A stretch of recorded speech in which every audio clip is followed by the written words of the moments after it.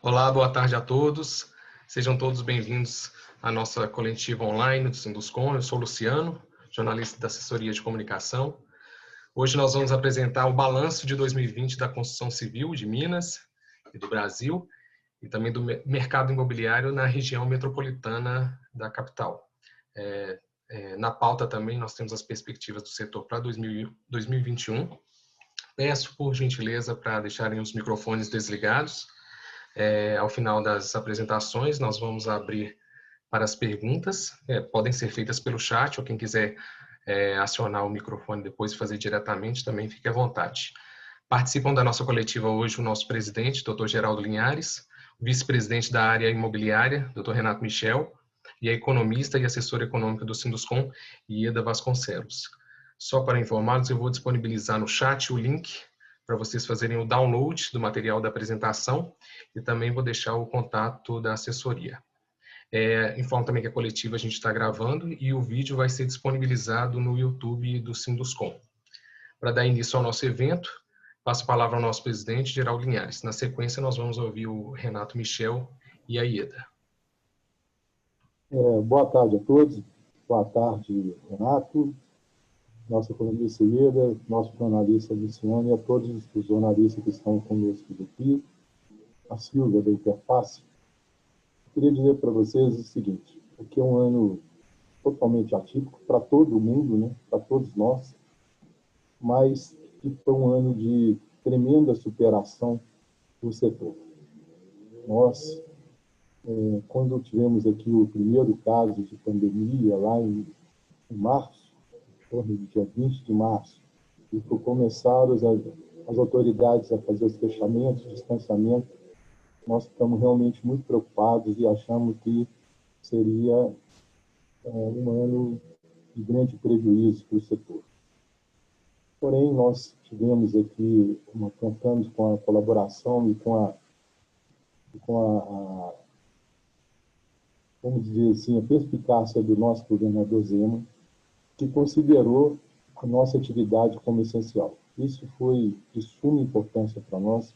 Eu costumo dizer isso em todas as entrevistas, porque senão nós estaríamos parando 225 canteiros naquele momento, dentro de um caos social misturado com um caos sanitário muito grande.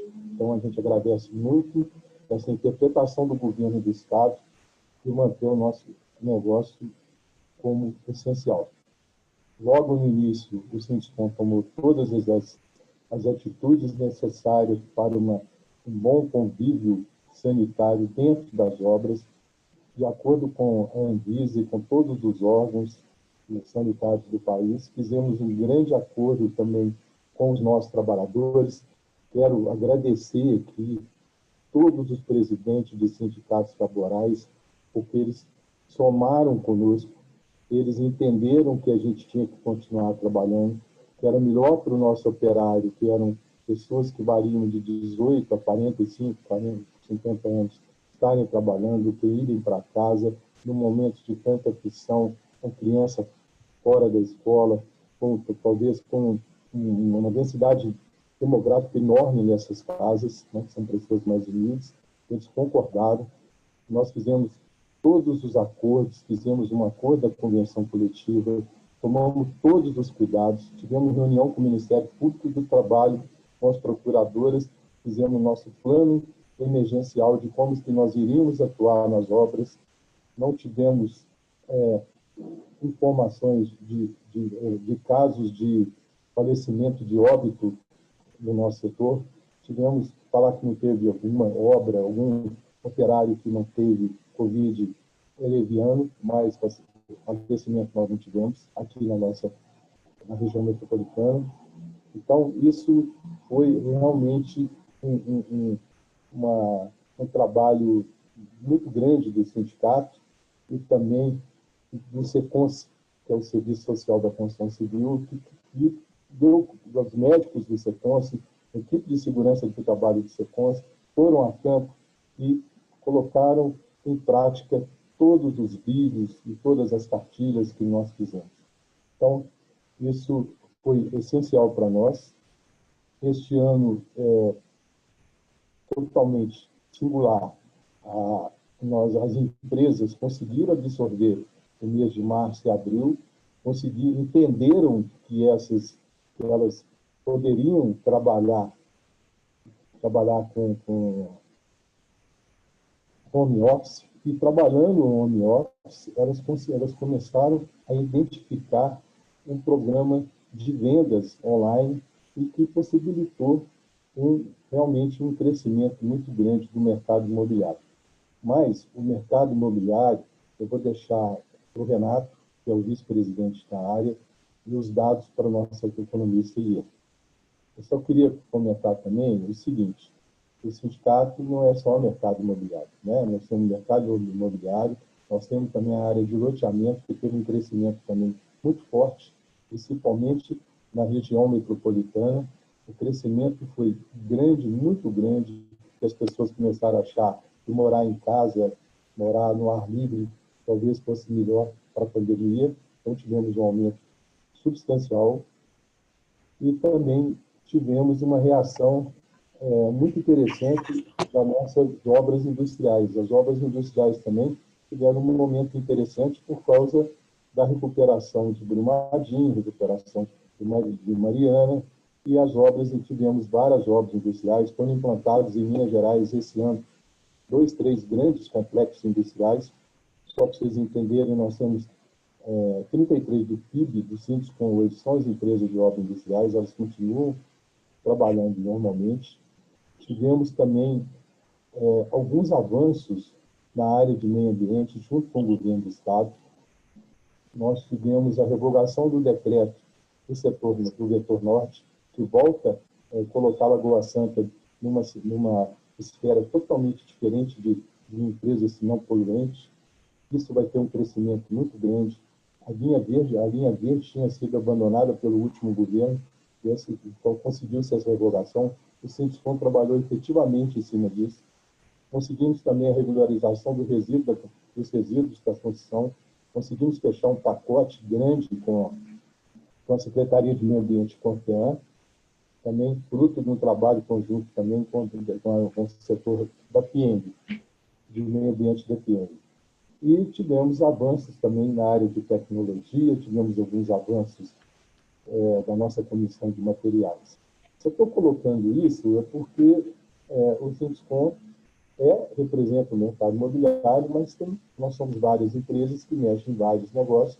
Então, eu resolvi falar mais de uma maneira geral de tudo que a gente conquistou no ano absolutamente ativo, que nós tivemos grandes conquistas em todas as áreas do nosso setor, da nossa atividade e das nossas vice-presidências, das nossas comissões. Foi um ano interessante. Né?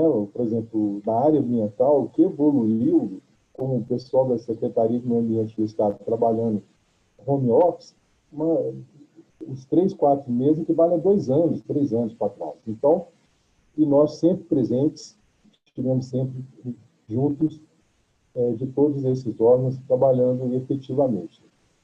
Bom, mas tudo... a nossa caminhada é complexa, nós temos problemas, e com esse crescimento, principalmente aí do mercado imobiliário em si, das vendas, que o Renato vai colocar aí, Ieda, nós agora estamos vivendo aí um pesadelo que começou há uns 2 meses atrás, e Ieda vai mostrar os números, e é com relação à alta expressiva dos materiais. Os materiais subiram, e tem materiais que, com certeza, é manipulação de preço, não tem sentido ter subido tanto esses valores. E o pior é que agora temos, além da alta, temos o problema de desabastecimento. As indústrias não estavam preparadas para a retomada, nós estamos com prazo de entrega de mercadoria, de matéria-prima muito longo. Isso vai trazer um prejuízo muito grande para as nossas empresas, prejuízos com relação à entrega das obras, prejuízo do custo, está apertando a venda, mas, evidentemente, que os apartamentos vendidos vão ser entregues. As empresas são empresas sérias, idôneas e vão entregar e vão ter que absorver e se adaptar e fazer a melhor maneira possível e esse prejuízo colocado aí pelo setor produtivo da construção, principalmente itens, cimento, aço, PVC, cabos elétricos. Mas vai mais longe, tá? Alguns outros produtos que não subiram tanto, como louças, metais, não subiram, mas também não tem para vender. São 60, 75 dias para entregar. Então, isso vai forçar que as empresas façam replanejamento das obras e com dentro de um processo estimando 60 a 90 dias para a entrega do material. E isso nos preocupa, porque a IEDA vai mostrar um dado aí, que Minas Gerais é o campeão de carteiras assinadas, campeão nacional, né? Nós ganhamos de São Paulo, né? E ganhamos até do agronegócio.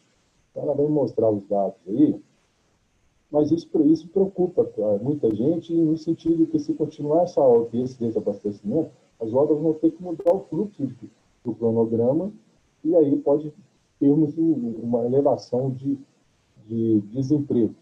Até agora não ocorreu nada, pelo contrário, a gente continua contratando mais do que demitindo, mas é um alerta que a gente está fazendo. Aí, mais uma vez, que eu sempre falo, o melhor momento de se comprar um imóvel é agora.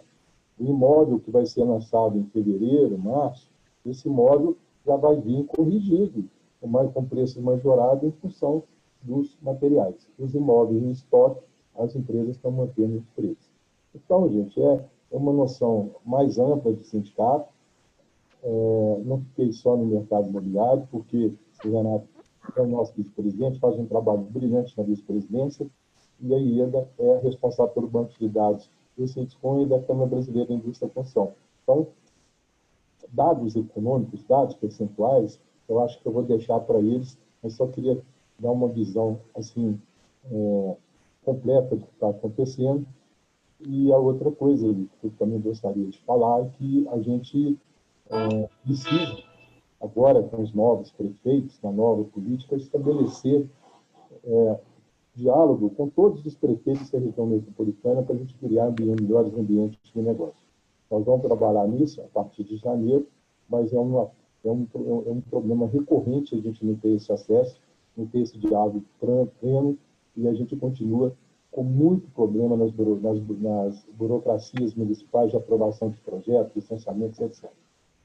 Então, era isso, eu estou à disposição, tá? Eu vou assistir a palavra do Renato, a apresentação da IEDA, estou aqui à disposição de qualquer das perguntas. E, mais uma vez, eu quero agradecer muito a cobertura que a imprensa tem nos dado.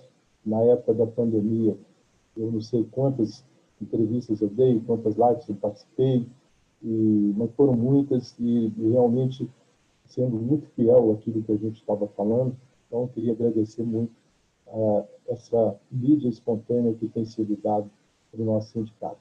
Então, gente, muito obrigado e boa tarde a todos.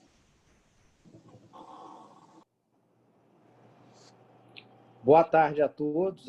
Meu nome é Renato, sou vice-presidente da área imobiliária do Sinduscon. Como o Geraldo já falou, a gente vai falar um pouquinho aí sobre o mercado imobiliário. A IEDA vai trazer os números, vocês vão perceber aí um grande crescimento nas vendas ao longo do ano de 2020. Lançamentos também, mas em menor volume, né? O que vai ficar claro para vocês aí que a gente está houve uma redução ao longo de 2020 muito forte aí na oferta disponível, né? No que a gente chama de estoque. Enfim, muitas pessoas perguntam, né, o porquê o mercado imobiliário cresceu tanto no período da pandemia. Então, eu sempre gosto de lembrar 3 pontos. O primeiro deles é que as pessoas ressignificaram o imóvel. As famílias brasileiras hoje elas têm uma relação diferenciada com a casa própria, com o imóvel. Isso se deve aí principalmente ao isolamento social, as pessoas passaram mais tempo em casa, e passaram a valorizar ainda mais o ambiente do lar, que também foi utilizado como trabalho em alguns casos, como estudo para as crianças. Então, todo mundo procurou aí melhorar, né, a sua qualidade de vida, fazendo uma reforma ou mudando para um apartamento maior. Quem estava já buscando um imóvel procurou aquele imóvel que já tivesse mais adaptado a essa nova realidade. Foram várias as questões. Um outro ponto super importante foi que as empresas, né, de construção e incorporação, elas se adaptaram muito rapidamente ao digital.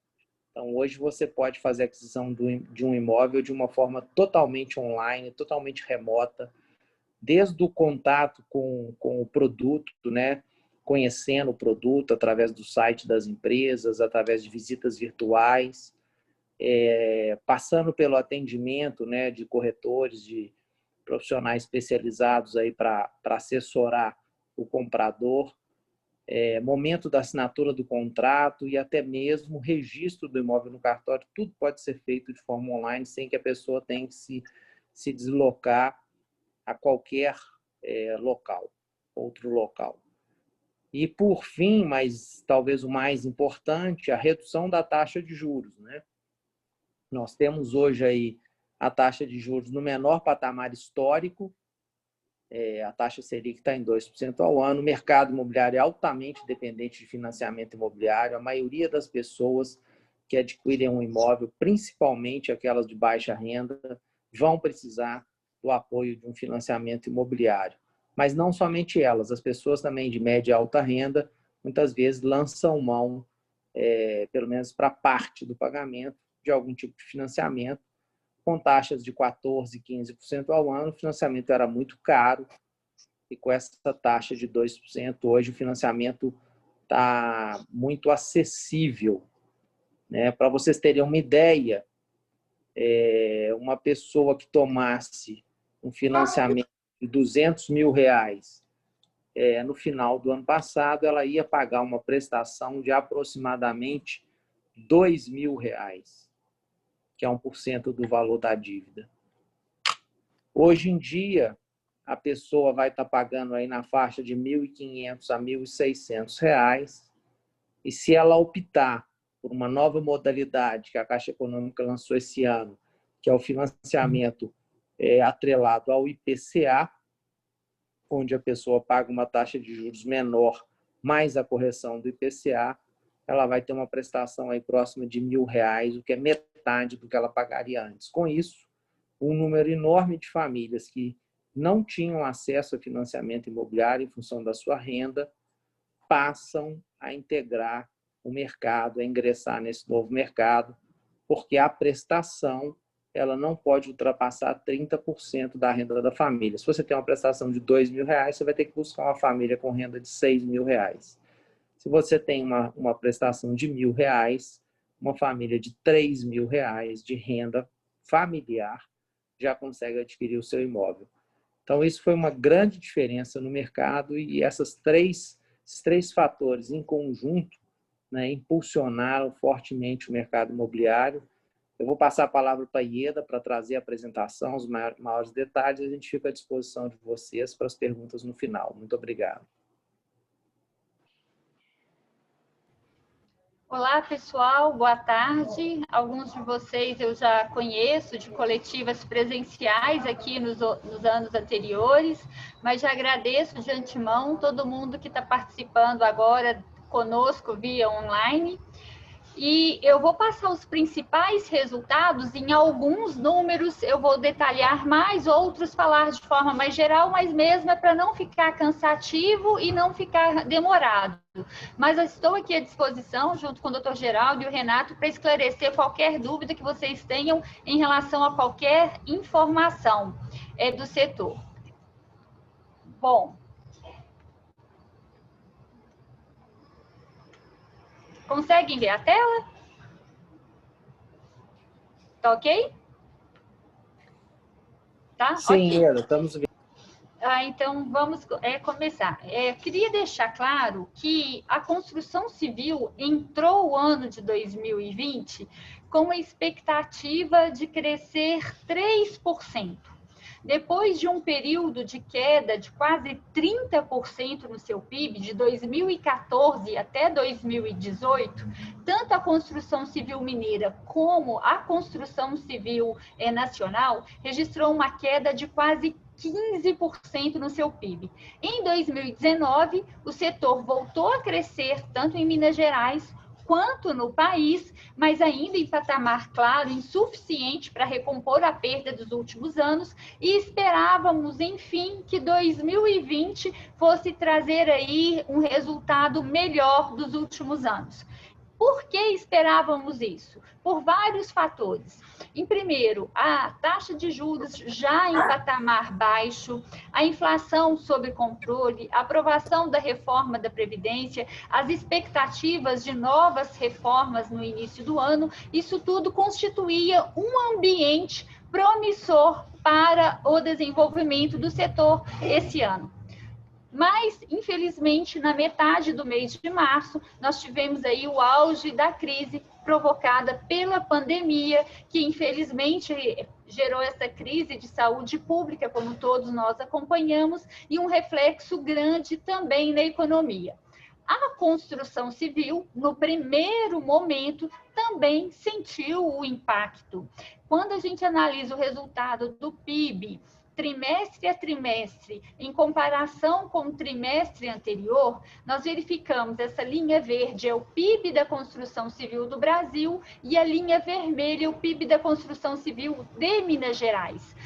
Os dois PIBs no segundo trimestre, em relação ao primeiro, registraram uma queda na casa de 8%, ou seja, tanto a construção nacional quanto a construção mineira sentiram, no primeiro momento, um impacto de uma redução de atividades. Já no terceiro trimestre, o setor mostra aí um crescimento. No Brasil, o crescimento do PIB em relação ao segundo trimestre é de 5,6%. Da construção mineira, o crescimento é de 6,5%, ou seja, a gente já mostra aí um crescimento forte no terceiro trimestre. Esse gráfico aqui tem todas as bases de comparação do PIB acumulado no ano, 4 trimestres, ou a comparação em relação ao ano passado, do PIB Brasil, quanto do PIB da construção civil. Esse aqui é o PIB Brasil de uma forma geral. Vou deixar aqui só para vocês depois com material avaliarem. E esse aqui é o detalhamento do PIB de Minas Gerais com o PIB da construção civil de Minas Gerais, onde a gente observa aqui no último trimestre, que é o terceiro trimestre, tanto a economia mineira quanto a construção mineira registrando resultados positivos. Bom, o PIB, ele vai até o mês de setembro, que é o terceiro trimestre. Então, nós vamos analisar o resultado do setor através do nível de atividades que é medido pela sondagem da indústria da construção de Minas, que é realizada a construção em Minas. A sondagem em Minas é realizada pela FIENG e a sondagem nacional é realizada pela CNI. Essa sondagem aqui é a nacional e o que nós observamos é que a queda que aconteceu aqui no mês de março, em função da redução da atividade num primeiro momento, a partir de abril, ela já começou a se recompor. E nos meses aí de agosto e setembro, tanto no Brasil, como eu vou mostrar, Minas, já registrou resultados positivos e superiores, inclusive, até a média histórica, resultados muito significativos. Para o mês de outubro, tanto para o Brasil quanto para Minas, a gente já observa uma redução do nível de atividades, apesar de ainda estar num patamar mais forte, mas a gente observa um percentual menor. Isto ocorre basicamente em virtude do que eu vou falar mais lá no final, mas o doutor Geraldo já adiantou, em função das dificuldades, do grande desafio que o setor enfrentou nesse final de ano, que foi o desabastecimento e o aumento no preço dos insumos.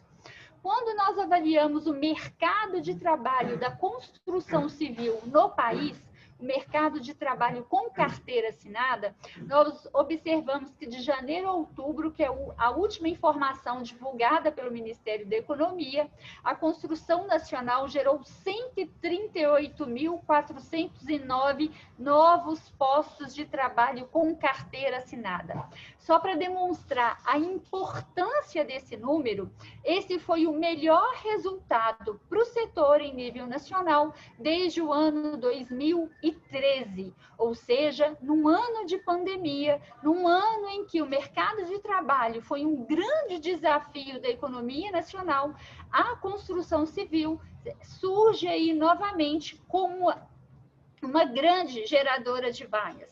Se a gente fazer a mesma análise para Minas Gerais, nós vamos observar que de janeiro a outubro, a construção mineira gerou quase 31 mil novas vagas com carteira assinada e foi o melhor resultado do setor nos primeiros 10 meses do ano no estado desde 2012. Então, enquanto o país, o melhor resultado foi desde 2013, na construção mineira o resultado foi o melhor desde 2012. Quando a gente analisa o resultado do Brasil, as 138.400 novas vagas geradas, a gente, comparando com outros setores de atividade, o que a gente observa é o quê? A construção civil foi o setor no país que mais gerou novos postos de trabalho com carteira assinada. Foram mais de 138 mil vagas, sendo que o segundo lugar, que foi o agronegócio, ficou com quase 103 mil vagas. Vamos fazer a mesma análise para o estado de Minas, considerando outros setores de atividade. A economia mineira, de janeiro a outubro, gera 5.340 novas vagas como um todo, mas olha só a construção, gera quase 31 mil novas vagas. Portanto, também no estado de Minas Gerais, foi a construção civil que mais gerou novos postos de trabalho com carteira assinada. Se a gente observa outros setores aqui, a gente vê o comércio negativo em quase 25 mil vagas e os serviços também. Então, se não fosse a construção, o mercado de trabalho, tanto do país quanto do estado, estaria muito mais debilitado. Trazendo mais para perto da gente, vamos observar aqui a cidade de Belo Horizonte, fazendo a mesma análise com outros setores de atividade no período de janeiro a outubro. O que observamos na cidade de Belo Horizonte é o seguinte: a construção foi o único setor de atividade que gerou novos postos de trabalho com carteira assinada no período de janeiro a outubro. A cidade, do total de atividades, gera aí tem um déficit de quase 20 mil novas vagas perdidas, sendo que a construção aí tem um saldo positivo de quase 10 mil vagas. Portanto, também na capital mineira, se não fosse a construção civil, o mercado de trabalho estaria muito mais debilitado. Aqui é só para demonstrar que a evolução do número de trabalhadores no setor no país cresceu 6,4% de janeiro até outubro. Em Minas Gerais, de janeiro até outubro, o número de trabalhadores formais no setor cresceu 10,4%. Em Belo Horizonte, de janeiro até outubro, o número de trabalhadores formais cresceu 8,23%. E se a gente analisa a construção civil como um todo, a geração dos 138 mil postos, o que nós observamos é que ele não foi localizado em um ou outro estado. Ele foi generalizado, ou seja, a construção mostrou uma expansão mais global. Os números e os estados que estão marcados nesse mapa em amarelinho foi onde a construção civil foi o campeão de atividades, de emprego, dentre todas as atividades. E onde está de verdinho, a construção ficou em segundo lugar. Ou seja, em 19 estados, a construção civil foi o segmento que mais gerou vagas ou foi o segundo maior gerador de vagas? Destaque grande aqui. Das 138 mil vagas, Minas Gerais foi o setor foi o estado que mais gerou vagas com carteira assinada.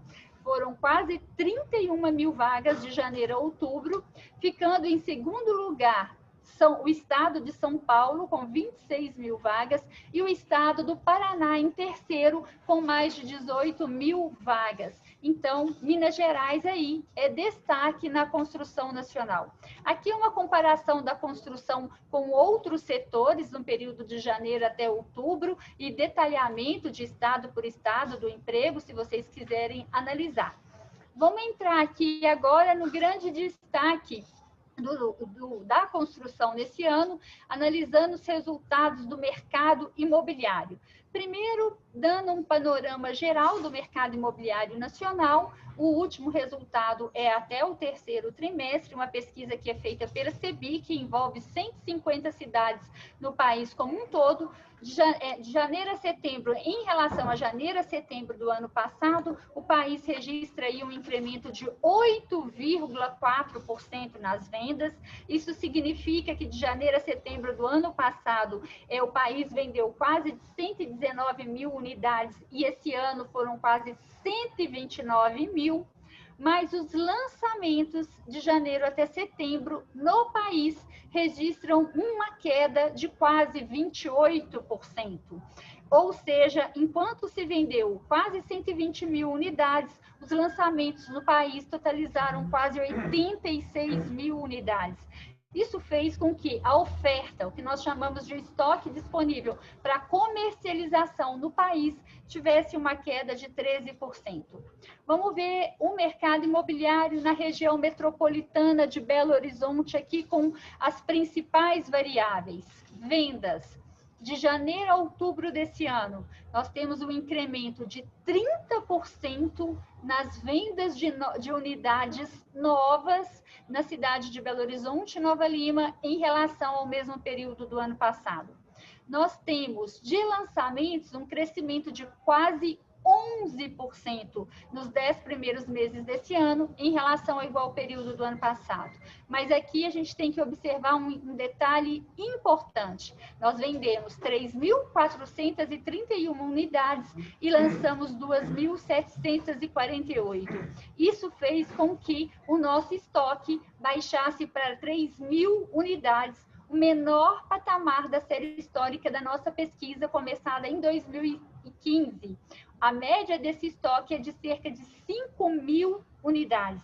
Nós temos aí uma queda de quase 26% no estoque, o que gera aí um crescimento dos preços que já cresceram em função da redução do estoque e também em função do incremento muito expressivo do custo com materiais de construção, que eu vou mostrar daqui a pouco. Considerando só a cidade de Belo Horizonte, só a capital mineira, nós temos aí também um crescimento de 30% nas vendas e quase 11% no número de lançamentos, uma queda também do estoque, estratificando vendas, lançamentos e oferta por faixa de valor, por padrão. O que nós observamos só esse ano, considerando as vendas só desse ano, 3.431 unidades, o maior número de unidades vendidas é no padrão econômico e no padrão standard. Esses dois padrões respondem aí por mais de 50% do total das vendas que aconteceram em Belo Horizonte e Nova Lima. Os lançamentos têm destaque aqui também no padrão econômico, com quase 46% de participação no total dos lançamentos da cidade, e a oferta, o maior número de unidades em oferta, está aí no padrão econômico e no padrão standard. Entretanto, a gente precisa analisar esse resultado comparado com o ano passado.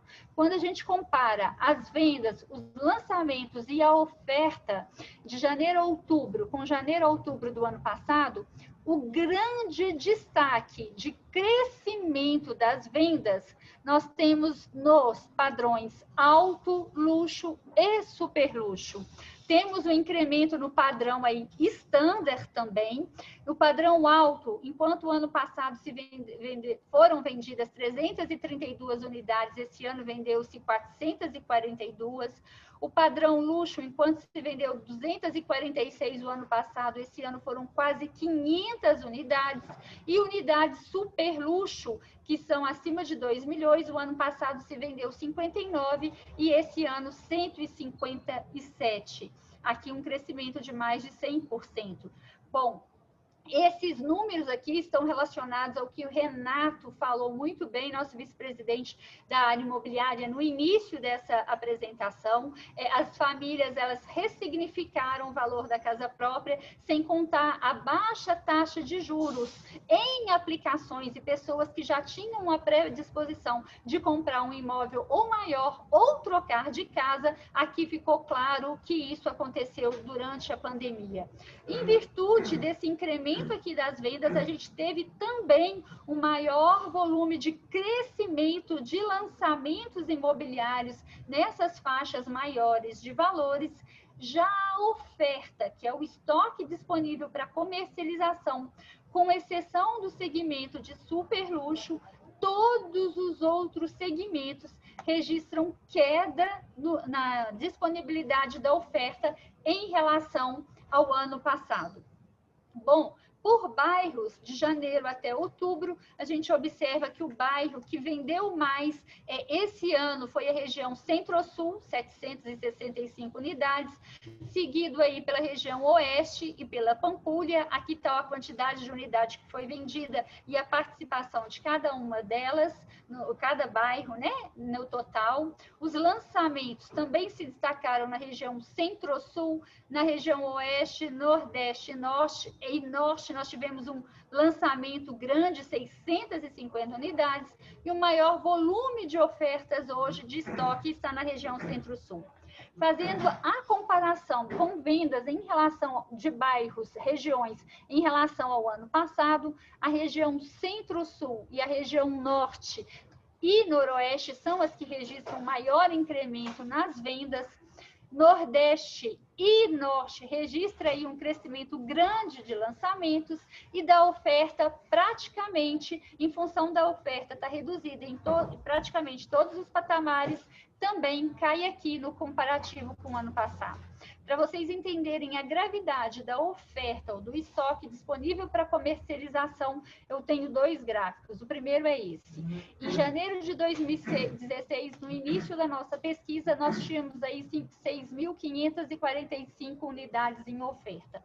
Hoje nós temos 3.049. O nosso estoque em 2016, considerando o número médio de unidades vendidas, ele dava para atender o mercado imobiliário em 17 meses. Em 2017, ele atendia em 21 meses. 2018, 2019, era suficiente para atender o mercado imobiliário em 16 meses. E em 2020, o nosso estoque é suficiente para atender o mercado imobiliário em apenas 9 meses. Isso significa que, se a manter a condição de estoque baixo, que os lançamentos não conseguem acompanhar as vendas e são prejudicados ainda por desabastecimento de insumos e por a alta elevada deles, a gente pode vir a ter falta de imóveis novos aí nos próximos meses. Analisando a região metropolitana de Belo Horizonte como um todo, nós temos aí várias cidades como Contagem, Betim, Santa Luzia, Raposos, Vespasiano. De janeiro a setembro, que os dados da região são trimestrais, nós temos aí 7.124 unidades novas vendidas. Não dá para comparar com o ano passado, porque várias unidades foram inseridas aqui.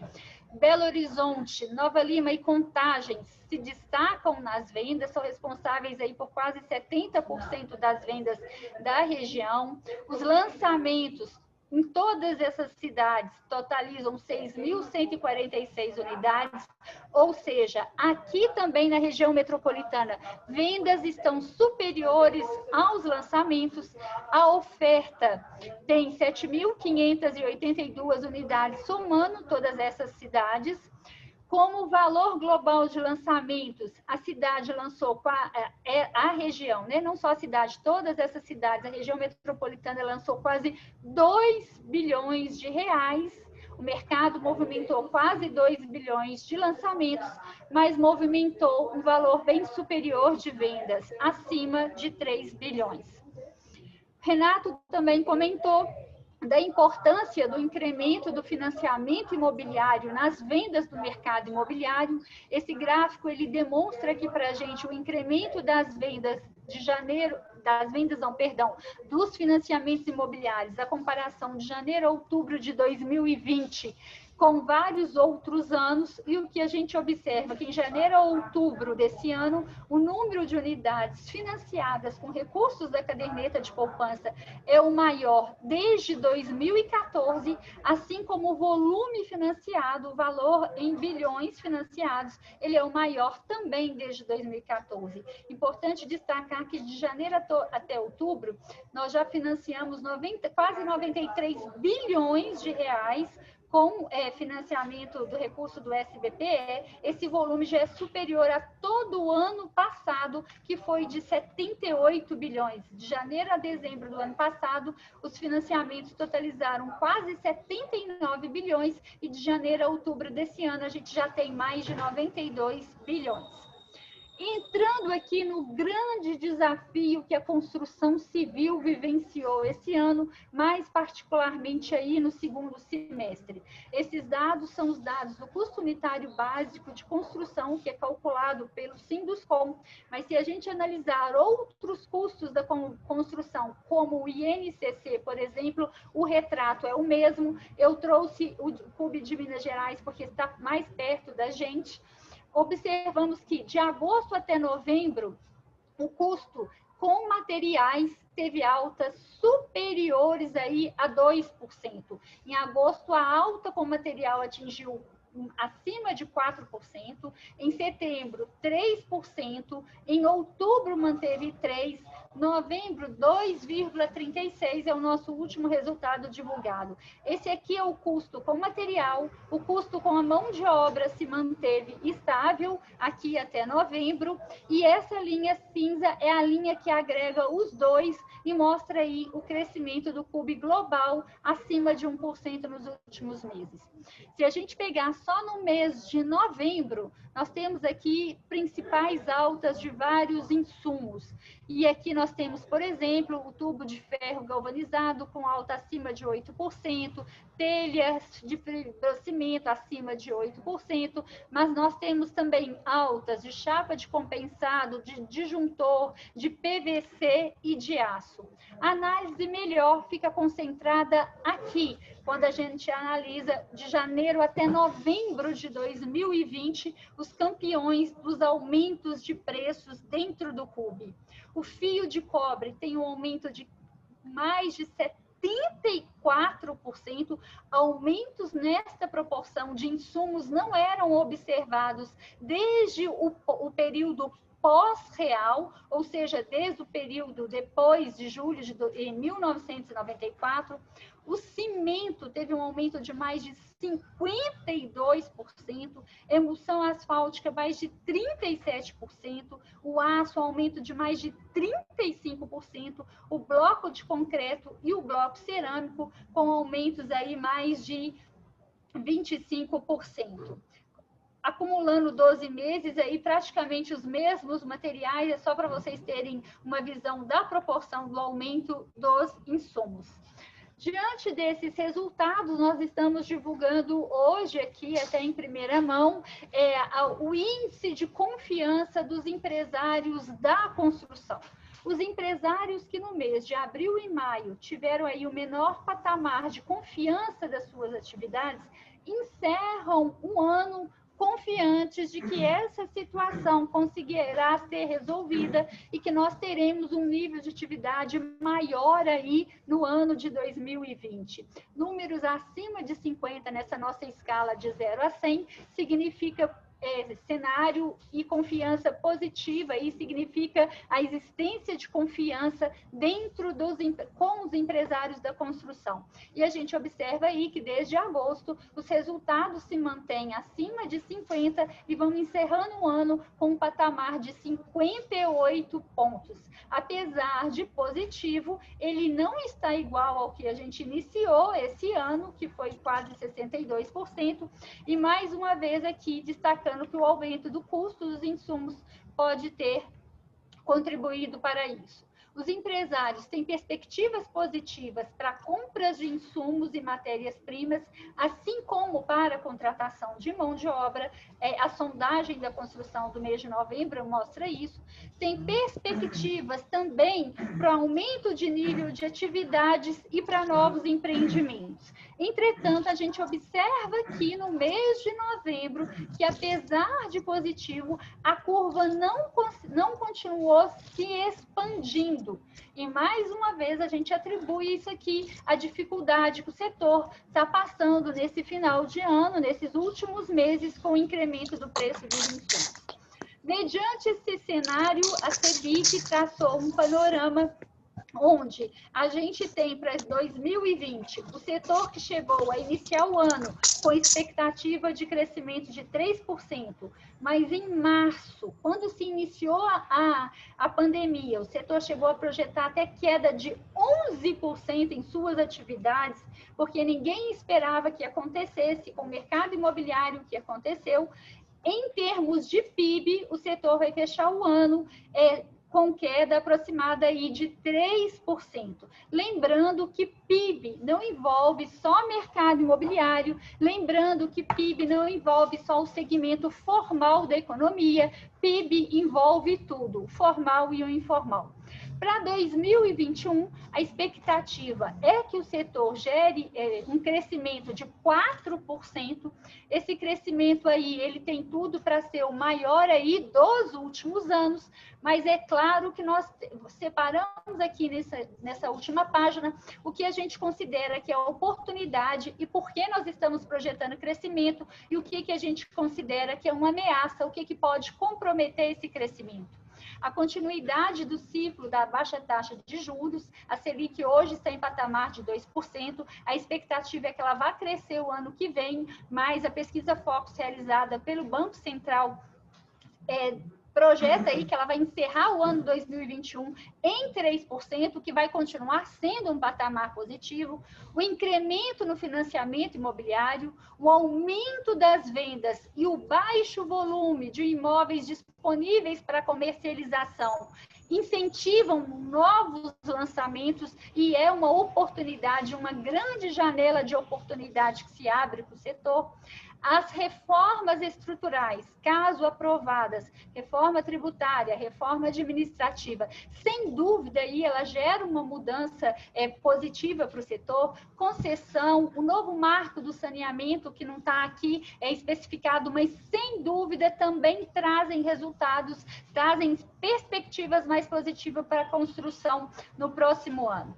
A grande ameaça do setor, especialmente nos próximos meses, é o desabastecimento e a continuidade do incremento expressivo nos preços dos insumos. Naturalmente, o avanço da pandemia também se constitui aí numa preocupação grande, a situação fiscal do Brasil, né, a fiscal do país, a debilidade do mercado de trabalho como um todo, aí 14 milhões de desempregados, e a não realização das reformas. A reforma, ao mesmo tempo em que ela surge aqui como uma oportunidade, caso seja realizada, ela surge aí como uma ameaça, caso ela não seja realizada. Bom, esses são os principais dados do setor que a gente queria colocar, mas a apresentação estará disponível para todos vocês, mas estamos aqui, eu, Renato, doutor Geraldo, à disposição para qualquer esclarecimento em relação a esses dados e ao desempenho do setor. Obrigada. Obrigado, Ieda. Obrigado, doutor Renato. Doutor Renato, o senhor gostaria de fazer algum comentário?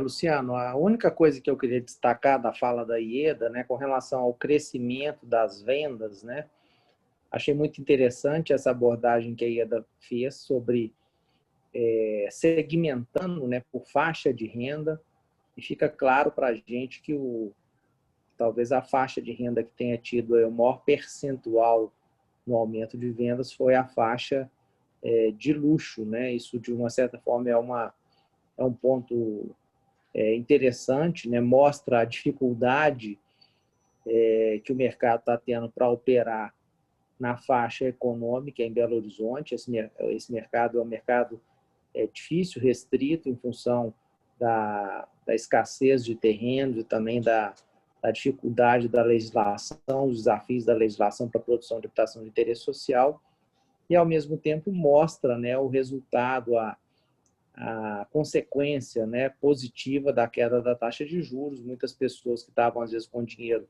parado em aplicações, decidiram investir esse dinheiro em qualidade de vida, né, buscando apartamentos maiores, mais confortáveis, mais adaptados a essa necessidade que se apresenta no momento. Então, era só isso. E nós já temos uma pergunta aqui no chat do João Paulo. Os insumos chegaram em um patamar de estabilização ou a tendência permanece de alta? Doutor Geraldo, o senhor quer responder? Olha, é o seguinte, se a gente vê a apresentação da Ieda, se a gente for trabalhar em termos da seguinte, vamos pegar lá, o insumo que mais aumentou no ano, cobre. Esse a gente ainda ficamos na mão aí dos fornecedores, porque o cobre é um produto de commodities, independe do dólar, e depende da produção de cobre do Chile. O Chile anda muito complicado, né? A gente olha aí na mídia aí, sobre o relacionamento sindical.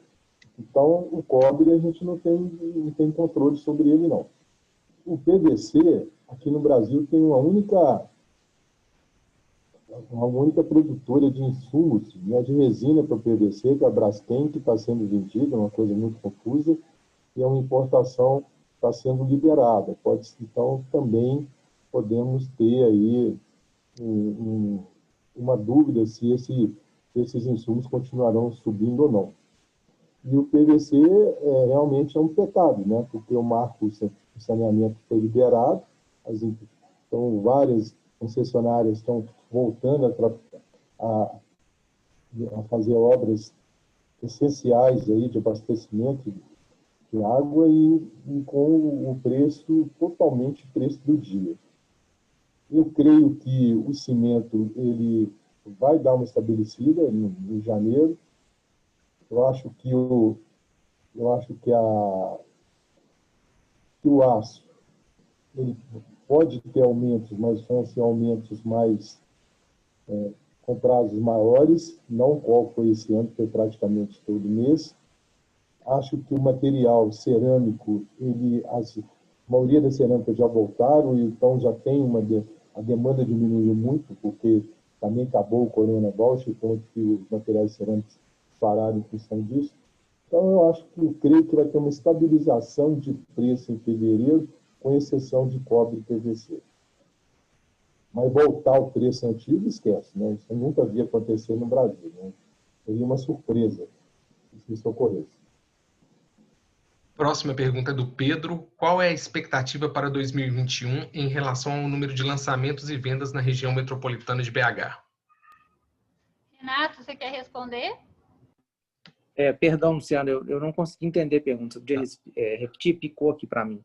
Qual é a expectativa para 2021 em relação ao número de lançamentos e vendas na região metropolitana de BH? Eu acho que as perspectivas do ponto de vista comercial do mercado são as melhores possíveis. Eu acho que o mercado está em ascensão. A gente tem percebido aí um aumento sistemático nas vendas nos últimos meses. Essas vendas vêm crescendo e nos últimos meses aí se estabilizaram num patamar que a gente considera elevado. Então, eu acredito que em 2021 essa tendência permaneça. O que pode atrapalhar sem dúvida nenhuma, a questão do aumento dos preços dos materiais. É importante a gente salientar que a gente já teve, no ano de 2020, um aumento de preços da ordem de 9%. Né? A Ieda falou sobre isso na apresentação. Isso é fruto da escassez, né? Do baixo estoque. A oferta continua muito baixa e a demanda está muito aquecida, mas também já começa a refletir aí esses aumentos de preços. E o incorporador, quando ele vai lançar um empreendimento, ele vai ter muita dificuldade de precificar, né, de colocar na sua viabilidade uma projeção para o aumento desses materiais. Porque se ele não colocar, ele vai ter prejuízo. Então, ele vai ter que colocar uma contingência na sua viabilidade, tentando prever esse aumento, o que pode atrapalhar um pouco. Né? Isso reforça muito uma coisa que a gente vem falando, que esse é o momento ideal para a compra do imóvel, porque os preços estão subindo, mas ainda não subiram tanto. Né? A perspectiva para o ano de 2021, sem dúvida, é de um aumento nos preços, pressionados pelo aumento de custo. Né? É importante a gente salientar isso. Mas, em termos mercadológicos, a perspectiva é muito boa. Ana Clara pergunta: a CEBIC apresentou hoje uma análise da formação bruta de capital fixo de Brasil, Canadá, Portugal, Colômbia, Espanha, Israel e México, verificando que é no Brasil que a construção tem a menor participação no indicador. Isso se dá pelo menor investimento? Ana, fico feliz de você ter assistido, porque foi eu mesma que apresentei esse levantamento que nós fizemos lá. Obrigada por ter assistido também. O que acontece, Ana? Eu mostrei claramente lá. A construção civil, se a gente analisar a década 2010 até 2019, em média, ela tem uma participação de 50% no total dos investimentos do país. Mas nos últimos anos, em virtude de todas as crises que o setor vivenciou, especialmente de 2014 até 2018, essa participação ela caiu para 44%. E a importância da construção civil dentro do investimento é muito forte. Então, a nossa taxa reduziu porque a construção civil passou por dificuldades nesse período. Alta taxa de juros, crise política, desemprego elevado, isso tudo fez com que o setor tivesse aí uma queda de quase 30% no período de 2014 a 2018. A única forma, a forma melhor de aumentar a taxa de investimento do país é passando pela construção civil. E essa análise que eu fiz lá na coletiva da CEBIC, ela demonstra isso em países como esses que você citou e que estão lá na análise, que a construção tem maior participação no PIB, são os países que têm maior taxa de investimento.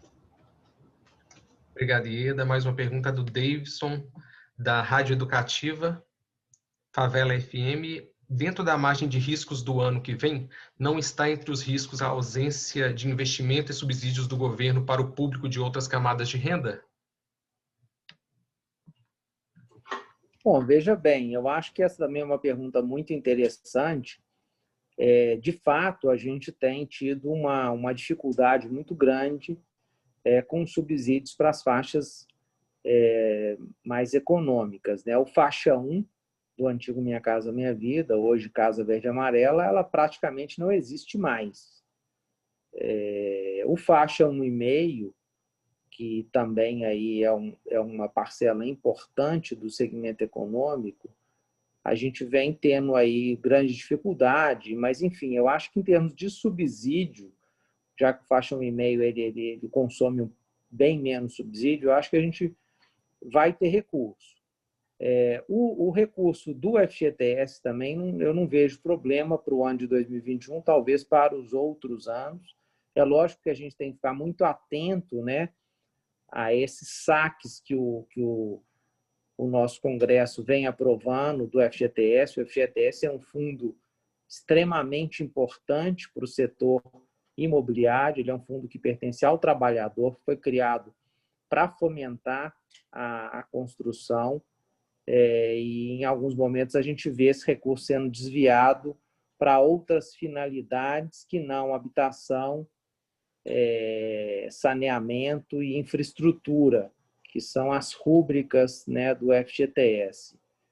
Mas não havendo nenhum tipo de medida que venha a sangrar os recursos do FGTS para outros fins, eu acho que também a gente não vai ter problema com o FGTS, não.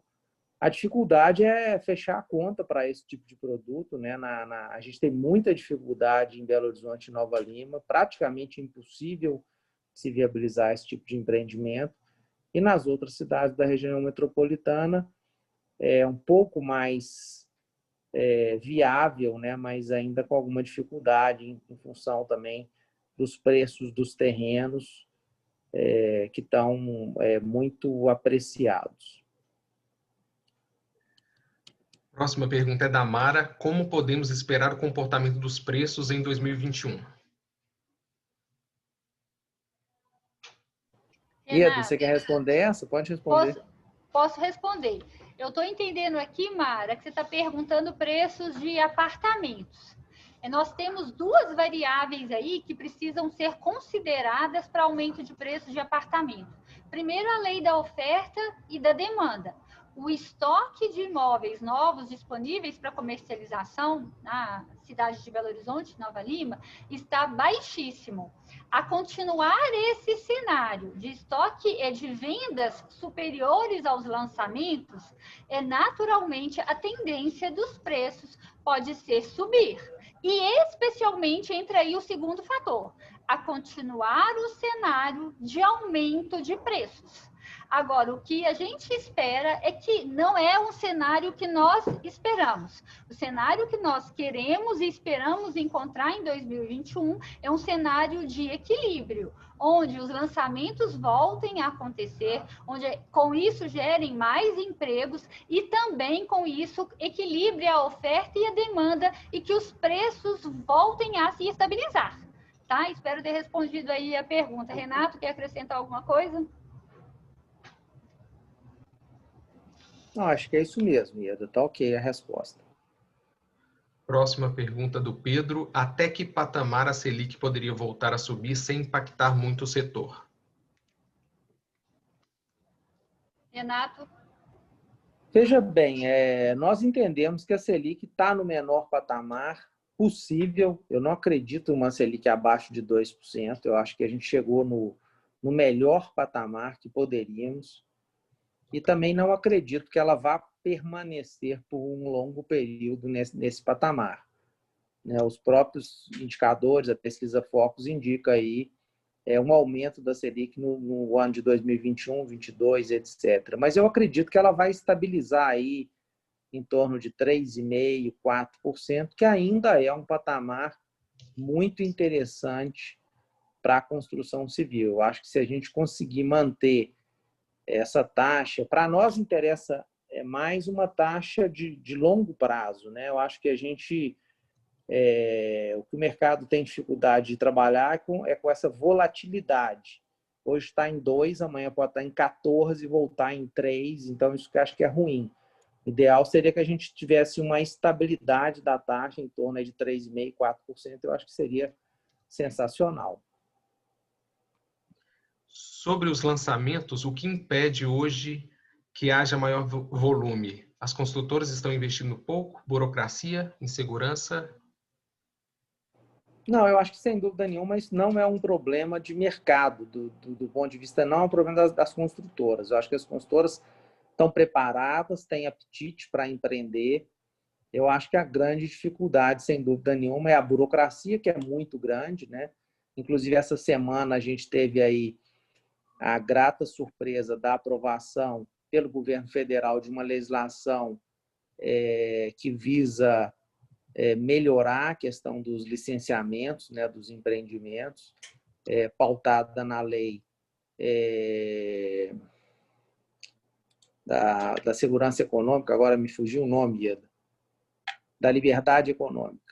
Enfim, então eu acho que isso é que mais atrapalha. Nós temos a burocracia de prefeitura, temos burocracia nos cartórios, tem a questão dos terrenos, tem a questão do plano diretor de Belo Horizonte, né, que sem dúvida nenhuma foi muito prejudicial para o mercado de uma forma geral e principalmente para o comprador, que em última instância é quem vai pagar essa conta lá na frente, né? Lembrando que nós estamos numa fase de transição até o início de 2023, então, assim, para o ano que vem, não acredito que a gente vai ter problema, mas mais para frente, sem dúvida nenhuma, isso vai ser um grande problema, um grande gargalo para o mercado. A ausência das reformas impactaria negativamente... perdão, tem uma pergunta antes. Sobre os empregos, a tendência de contratação deve continuar em 2021? Sim. Posso responder, Renato? Doutor Geraldo, Claro. quer responder? Doutor Geraldo, responde aí. Acho que o senhor aqui quer responder? Não, Ira, acho que você pode responder, porque isso vai embalar com a outra pergunta que eu já vi que está aqui. Uhum. E é uma coisa só, é um esclarecimento único. Tá. Sobre os empregos. Claro que a tendência é sim de contratação. Como nós estamos projetando aí um crescimento de 4% para o ano que vem, isso aí poderia gerar seguramente em outras épocas que nós crescemos 4%, de 150 a 200 mil novos postos de trabalho na construção civil em todo o país. A própria sondagem, as perspectivas da sondagem da construção que eu mostrei já no final, mostra aí que a tendência dos empresários é sim de gerar novas contratações. Toda perspectiva de crescimento do setor, por certo, gera aí uma perspectiva de novas contratações, o que é positivo não só para o setor, mas para a economia como um todo. Luciano, o que eu já passo para a próxima, que o doutor Geraldo falou, é a ausência de reformas impactaria negativamente em quantos pontos o crescimento do PIB? Do PIB do país como um todo. Eu acho que falar em termos de pontos percentuais, eu não conheço nenhum estudo que mostre aí o tamanho do impacto da reforma. Porque eu acho que nós vamos mudar o ambiente. O ambiente com as reformas será um ambiente de maior confiança. E a confiança é a base para qualquer desenvolvimento da economia. Então, com as reformas, nós temos aí a oportunidade da economia nacional crescer mais, não só o ano que vem, mas de conseguir estabilizar aí, crescer acima de 3,5% mais 2021, 2022 também, e com isso gerar um maior incremento nas atividades, inclusive da construção civil. Luciano? Próxima pergunta é da Ana Clara.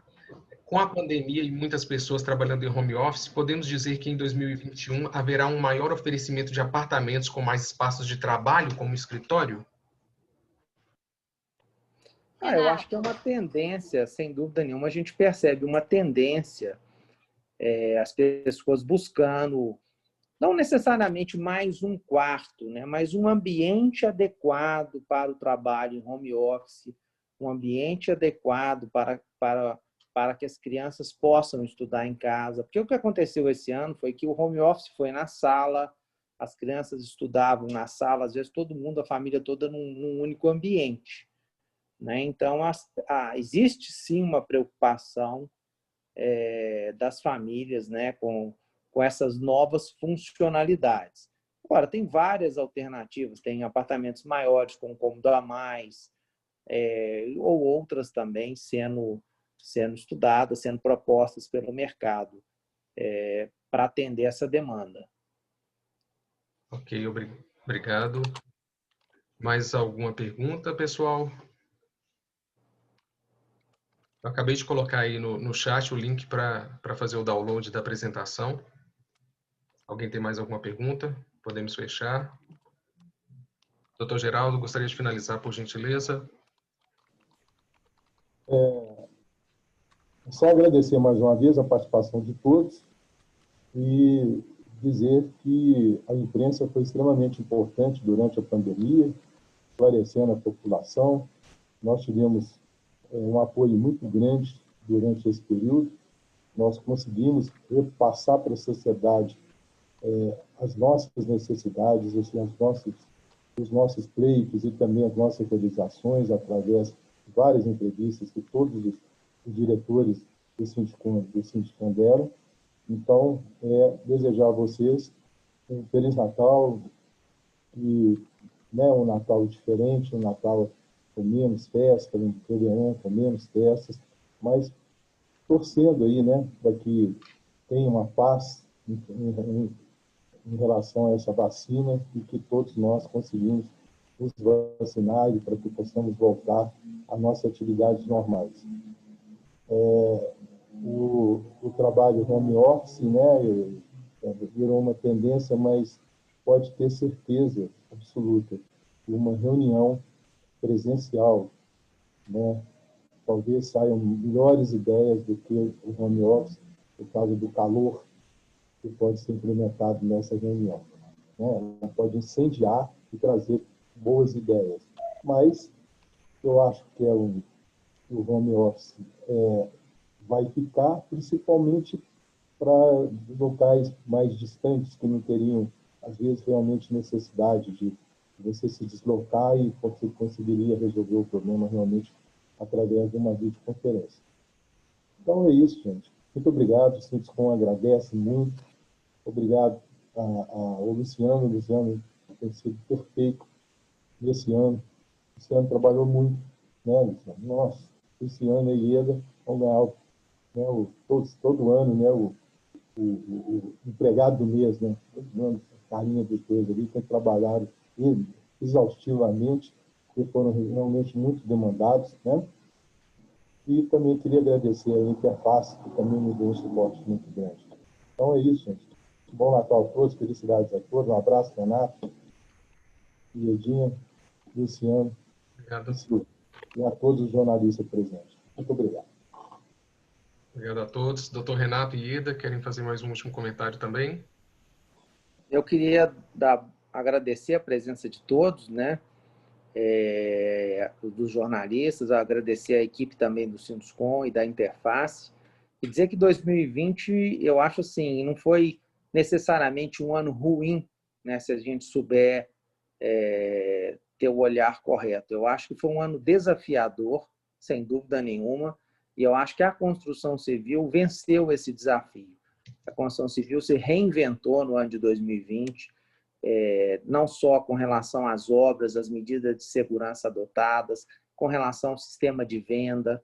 Então, eu acho que tudo que aconteceu nesse ano serviu para fortalecer o setor da construção civil. O setor sai fortalecido dessa crise, o que nos dá aí uma perspectiva muito boa para o ano que vem. Muito obrigado, um Feliz Natal e um Feliz Ano Novo para todos. Luciano, eu queria até pedir licença para o doutor Geraldo e para o Renato. Na verdade, é para deixar como palavra final aqui uma homenagem. Eu, que sou economista e que trabalho tanto com os números e falo tanto de crescimento de construção civil e construção civil do Brasil, a gente sabe que mais cedo ou mais tarde a economia vai voltar para o trecho, os empregos voltarão, o país será reconstruído. Mas, infelizmente, aqueles que perderam a vida nessa pandemia não voltarão. Então, eu deixo aqui, mesmo trabalhando com números, a dor e o meu sentimento e a minha homenagem a todos aqueles que, infelizmente, perderam a vida nesse ano em função da pandemia. Os números parecem secos, parecem esconder muita sensibilidade, mas a gente sofre junto com todas as famílias. E aí, com isso, desejar o meu Feliz Natal e um ano 2021 mais cheio de abraço para todo mundo. Obrigada a todos. Obrigado, doutor Geraldo, doutor Renato e Ieda, aos nossos colegas de imprensa e também aos associados que participaram. Boas festas e até 2021. Saúde para todos.